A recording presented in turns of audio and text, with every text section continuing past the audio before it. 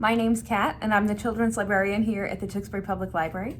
Welcome to this week's Art Not Craft, where we are every week learning a different technique or medium to use to make some fun fine art projects, a little more in-depth and detailed than our craft projects are. Just a reminder, I am not a professional artist. I am a librarian, and while I do love art, and I do a lot of painting and drawing and sculpting and things just for the fun of it, I'm not a professional. So you will not see things like Bob Ross and think, oh my goodness, I can't do that. And that's okay, because the things that I can do, you can totally do. This week, we are going to talk about contour drawing. And whereas last week we talked about watercolor, where you need special paper and watercolor paints, this week, all you need is something to draw on. I have my paper on a clipboard here, and something to draw with. I have some markers, and I've decided to go with markers instead of a ballpoint pen, which is what I usually use, so it's easier to see on camera. You can see what I'm doing. I like to do these with a pen and not a pencil, because you're not supposed to erase, and you don't want to be tempted.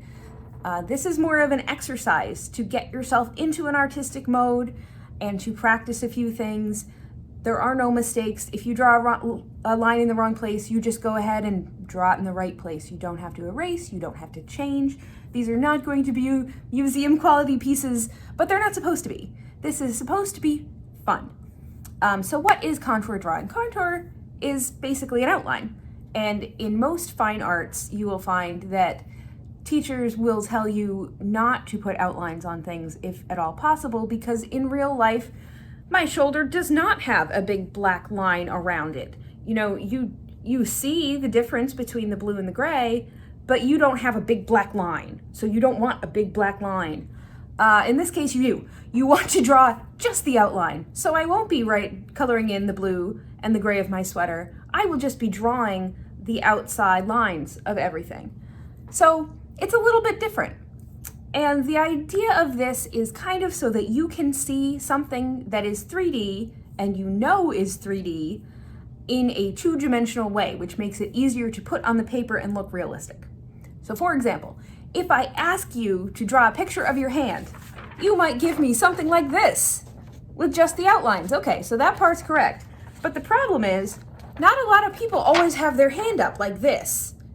That's just not a comfortable position to have it. So you know you have 5 fingers and you know that you have 5 fingernails, but depending on where your hand is and how it's positioned, you might not see them all. And that's a really hard thing to break yourself of. For example, you might give me something more like this. So this is a contour drawing I did quickly of my own hand. I just kind of curled my fingers more in a relaxed position, and you can see that, okay, the pinky is kind of hiding under the finger next to it. You don't see the edge of the nail. Yes, it does exist, but you don't have to see it. You don't have to see the, weird angle. If you just look at the thumb, that is such a weird angle. Well, that's because it's this finger on top of it that is over top of the thumb. So you want to look at the lines and the shapes that are actually there and not what you know in your head actually exists. Because in this case, we want to take something that is 3D, like a hand, and try to look at it as if it was a 2D photograph or painting. For our first exercise today, we're going to do what's called blind contour drawing. And what that means is that I am going to focus on my own hand, which I'm going to make into this, which is the sign language symbol for love, and I am going to draw it without looking at the paper. I am only going to be looking at my hand. I have seen this done where you put something over it, but I'm just going to trust myself that I am not going to look at that, and I'm going to look at this because I want you to be able to see what I'm doing. I'm going to let you know right now that this is going to be messy and it's going to be funny because you never know what it's going to look like until the end, but we're going to give it a good shot. And I'm going to pick a point to start. You can either start at one of the edges and go around, or in this case, I'm going to start at the edge, because since it's a blind drawing, we're not going to want to pick up the marker at all, because we'll just never find the place where it goes again. And we're going to try our best to do the whole hand in one go. Let's see how we do. So I'm going to start over here at the edge of the thumb and go up. There's some little wrinkles there. There's my thumbnail. And wrinkles and wrinkles and wrinkles. And okay, I'm assuming I'm down at the bottom here. There's probably that line and that line. And then we're going to go up the side of this finger here. Okay, probably about there. And then we're going to go around this finger. And I missed the nail. Probably somewhere in there. And then another nail and another finger. Oh, this is probably really bad. And we're going to go over. And the pinky. And down the side here. And then there's this crease in. You just have to pick out what are the most important things to do. And then I guess that's kind of the end. That was a very quick drawing. And we'll go down and do my shirt cuff. Okay. Okay, so that's not the best drawing I've ever done in my life, but it's certainly not the worst. And I missed quite a few things, but you know what? I got the basic idea of them. You got the nail, you got the folds in the palm, you got the creases in the thumb, and you can tell it's a hand making this symbol, which is, I would say, a pretty good success. I'm kind of surprised at how well that turned out. But that's the idea. You want to just do a contour of whatever you can without looking, because we're not looking at the picture. We're focused on the tracing of the lines on the hand itself and what it actually is going to look like, the parts that we need to put in there. And I should have put in some lines around here and here for the creases, but that's okay. Again, this is supposed to be fun.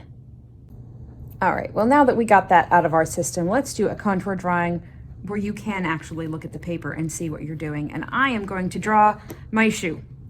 If you go online and look at contour drawings, you will see a lot of hands and a lot of shoes, and that's because people generally have them with them when they are taking an art class. And it's easy enough for everybody to have one, and they're all a little different, and they're all a little complicated.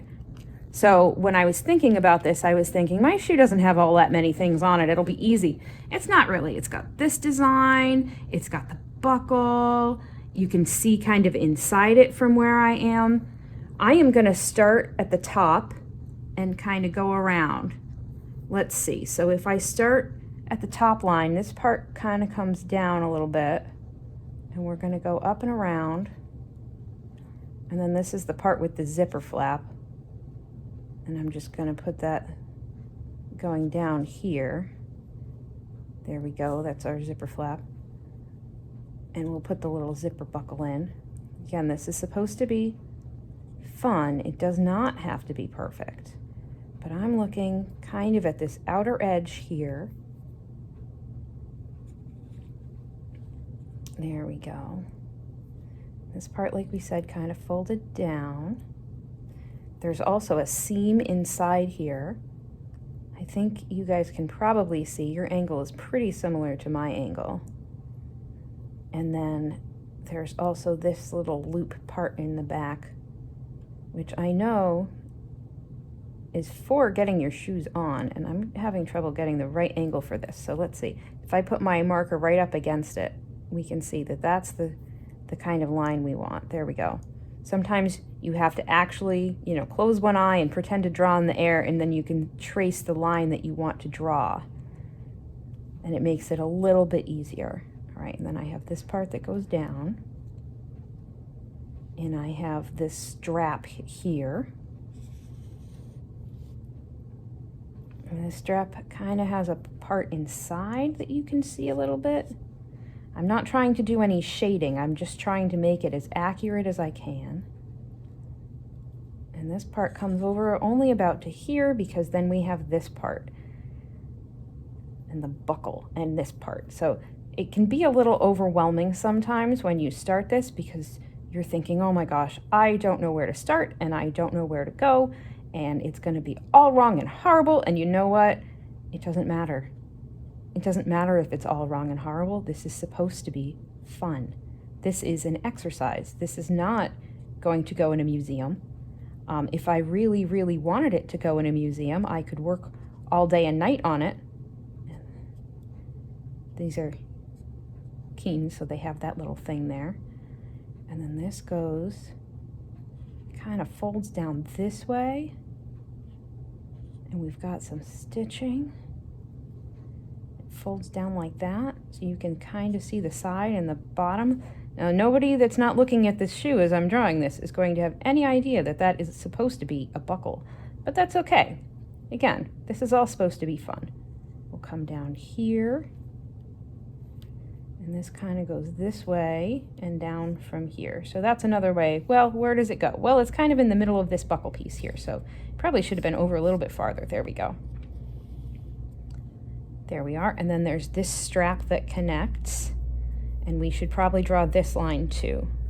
This line goes right about to here, right? And then this strap is right here and will come down this way, probably right about to there. And then we can keep going on this. Kind of has a little fold there, a little wrinkle. And it looks like I started too far up on the page or else too large, but that's okay. If we don't get it all, we don't get it all. Again, this is not supposed to be, I messed that line up. This is supposed to be a little bit more over this way. Again, that's okay. We'll just redraw. It is not a big deal. And then this part comes up and connects. So this will come down here and connect there. And the heel here. So this kind of has a lump. And this kind of has a lump, and this line on the bottom is all just one big line. There we go. And then we have the sole of the shoe and the heel, which again, I should have used a bigger piece of paper or drawn a little bit more small, but that's okay. And then this has a neat little kind of double bump there that comes down. That's kind of a neat feature. And then this does look very strange, doesn't it? Well, there's a crease kind of around here. Not sure that that worked exactly, but that's okay. And that is not perfect, of course, but that is a reasonable facsimile of my boot. I think if I was going to fix it, I would make this part a little bit bigger. I think, doesn't that look a lot better already? You can just go back and say, well, that's not quite right. How can I fix this?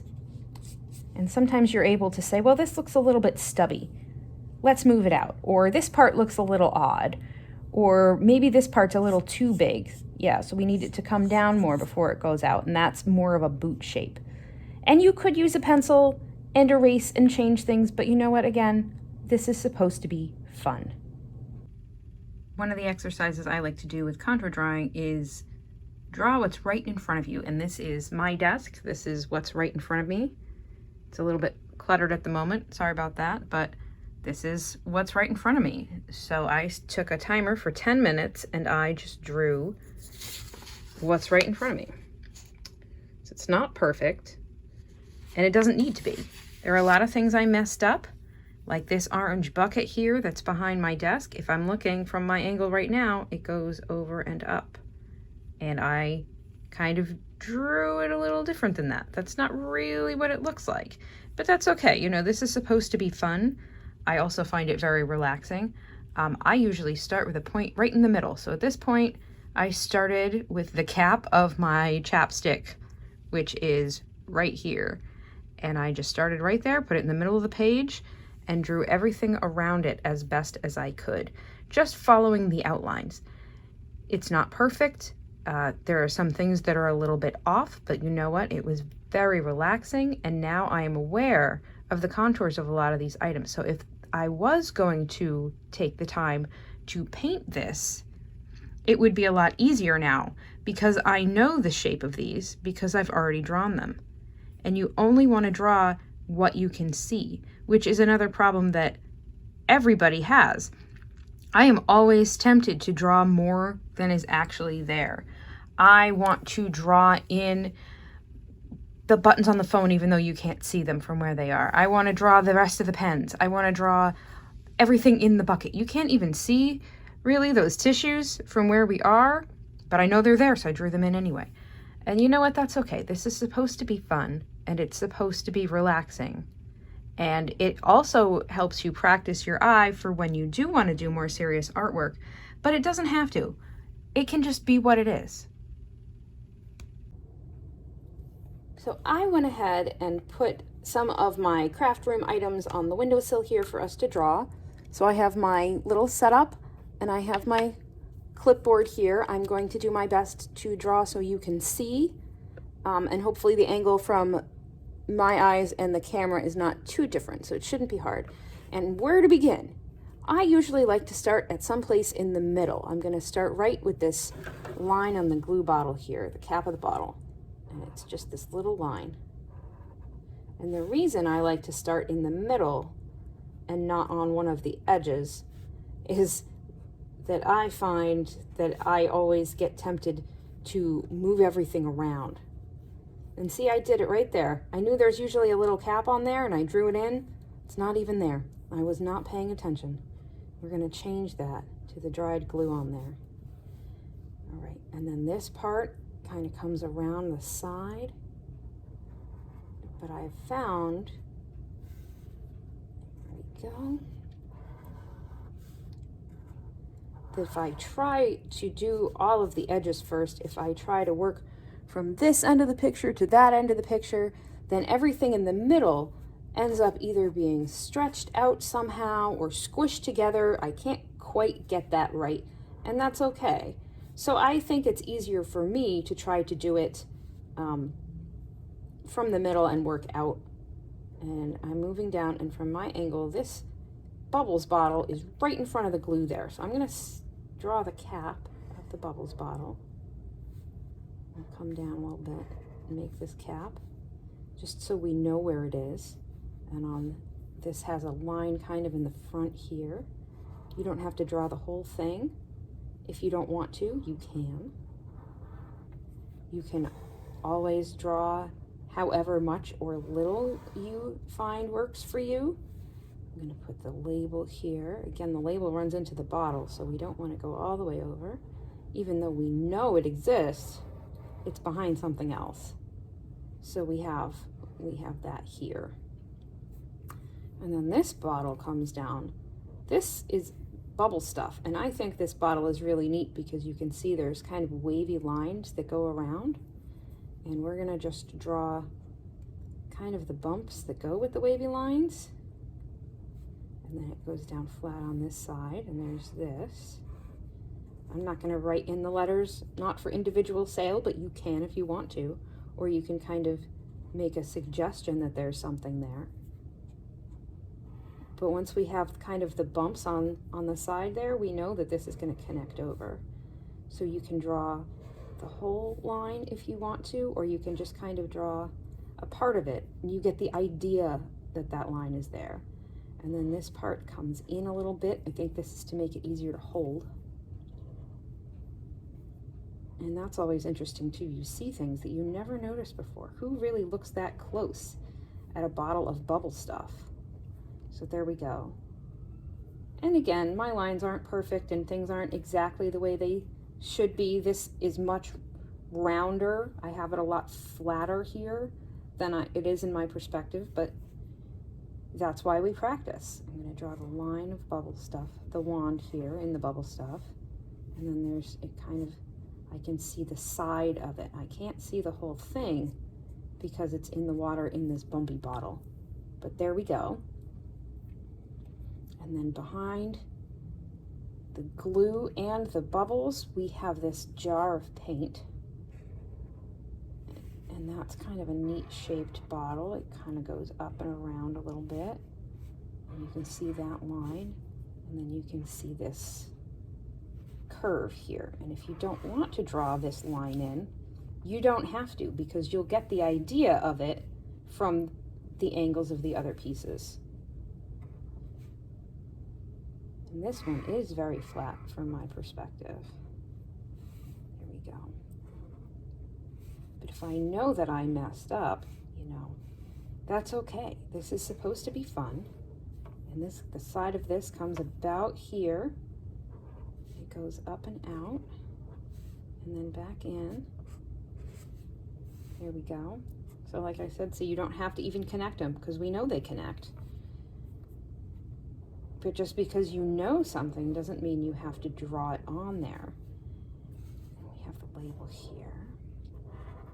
And part of the trap of this is that you often find, and I just did it here, well, I know that's a straight line, so I'm going to draw a straight line, but from my perspective here, that's actually curved. This should look more like that to go with the curve of the bottle. And I just kind of thought, oh, well, straight line, and you draw a straight line. But the point of contour drawing is to see things as you see them, as if they were a two-dimensional image, and not as they actually are. So what you can do is you can take your marker and go up to the line and just go, oh, there we go. That kind of curves. And then you curve it right on your paper as well. So we've got a few of our pieces here. I think you get the general idea of this. So we can stop now. But what I like to do is set a timer for a few minutes and just draw as much as I can. And then if I want to go back and fix things, that's fine.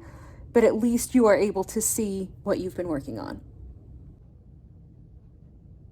This is what I ended up with after a couple minutes of drawing. I just have these 3 jars right here. You never know exactly what you're going to start drawing that will catch your fancy and you'll want to keep going with. I honestly thought I would end up more on the bumblebee pot, but hey, you just never know where your mind is going to take you.